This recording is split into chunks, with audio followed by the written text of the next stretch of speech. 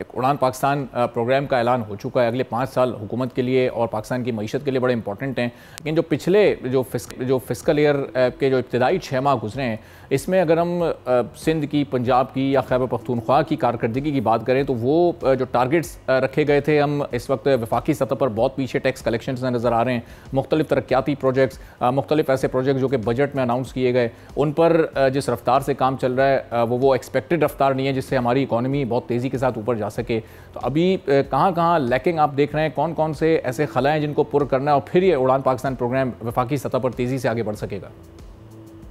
देखें, अभी तो बेसिकली स्टेबिलिटी के लिए हमने IMF प्रोग्राम पहले एक स्टैंड बाय एग्रीमेंट और उसके बाद फिर एक नया एग्रीमेंट और उससे पहले भी एक IMF प्रोग्राम तकरीबन हमें 5-6 साल तो हो गए हैं कंटिन्यूस IMF प्रोग्राम्स में हम चल रहे हैं।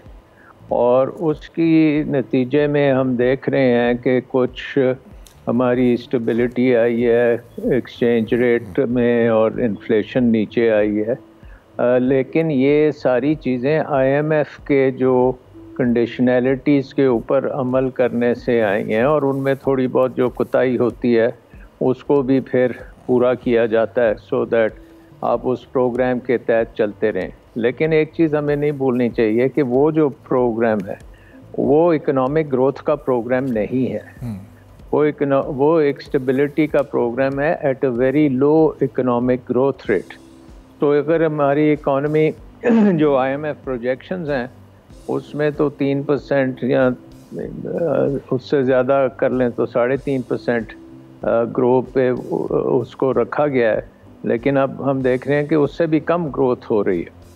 और बेसिकली अगर हमने ग्रोथ की तरफ जाना है तो हमने फिर अपनी ओरिएंटेशन को बहुत चेंज करना पड़ेगा। और चेंज हमें वो इस तरह से करना पड़ेगा कि हमारी जो अभी आपने बात की सिंध गवर्नमेंट की और प्रोविंशियल गवर्नमेंट्स के अखराजात की बात की, तो हमारे हुकूमती अखराजात प्रोविंशियल लेवल पे और फेडरल लेवल दोनों पे वो बहुत ज़्यादा हैं। और हमने IMF प्रोग्राम में भी उनको at a very high level pitch किया हुआ है अपने बजट्स वगैरह में। और इसलिए IMF का इंसार है कि आप टैक्स ज़्यादा से ज़्यादा लगाएं।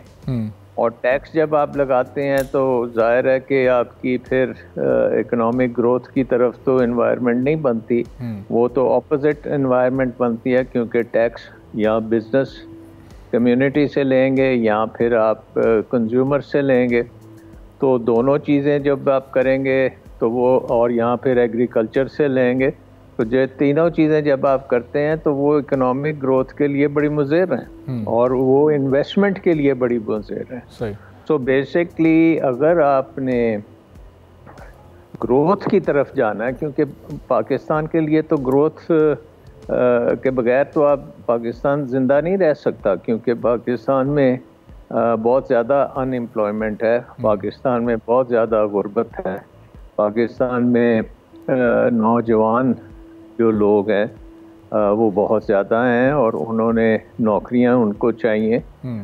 तो उनके लिए नौकरी लेनी है तो फिर इकोनॉमिक ग्रोथ चाहिए। सही। अच्छा सलमान साहब, एक कदर कलामी की माज़रत, लेकिन जो फर्स्ट क्वार्टर के जो जी बिल्कुल कंप्लीट करना कि इकोनॉमिक ग्रोथ का जो नंबर 1 चीज़ है वो है इन्वेस्टमेंट। तो इस वक्त पाकिस्तान की इन्वेस्टमेंट टू GDP रेशियो जो है वो पाकिस्तान की सबसे कम तरीन लेवल पे पिछले 50 साल से आप काउंटिंग कर लें तो सबसे कम लेवल पे आप इन्वेस्टमेंट टू GDP रेशियो पे चल रहे हैं। और वो बहुत ख़तरनाक चीज़ है, वो पाकिस्तान की इकॉनमी के लिए बहुत ख़तरा है। और वो ये इंडिकेट करता है कि ये अगर हम इसी तरह चलते रहेंगे तो फिर पाकिस्तान IMF प्रोग्राम से कभी बाहर नहीं आ सकेगा। सब्सक्राइब करें और बेल दबाएं ताकि कोई खबर रह न जाए।